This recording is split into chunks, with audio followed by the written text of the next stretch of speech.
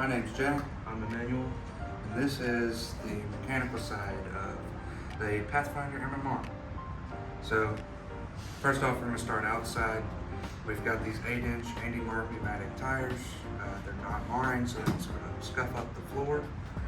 And then from there, we have a custom designed 3D printed 7mm hex to a 1/2-inch hex adapter to go from the output shaft of the motor and the input of the wheel, and that's bolted down with a M4 flange bolt from the MasterCard. The motors are held in by 4 Phillips head screws, and the shaft, the output shaft itself, is supported by a flange bearing that is press-fitted inside of the sheet metal enclosure. The sheet metal enclosure is a DXF file that we loaded up on the plasma cutter downstairs, and then I drilled all the holes in it manually because the plasma cutter isn't accurate. And then these top flanges are tapped for a 1/4 20, so we can bolt the top cover plate.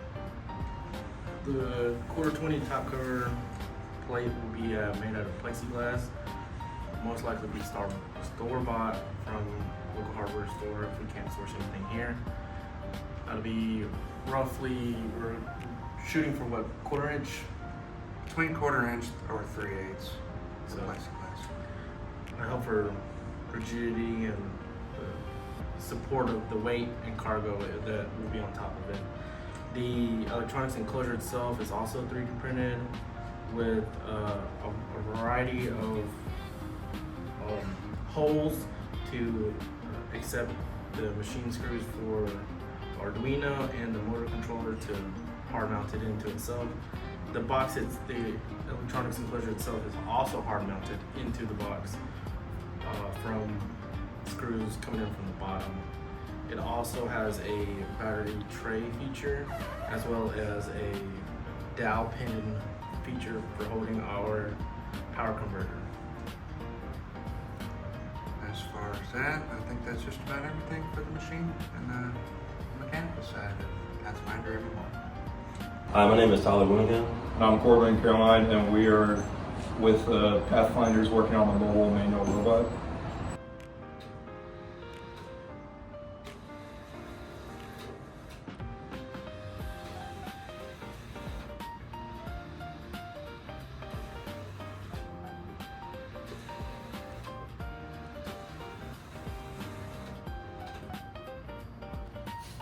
Alright guys, so for the wiring specifics, we have our HC06, which is our Bluetooth module that receives the information from the Arduino for our phone app, which I have right here.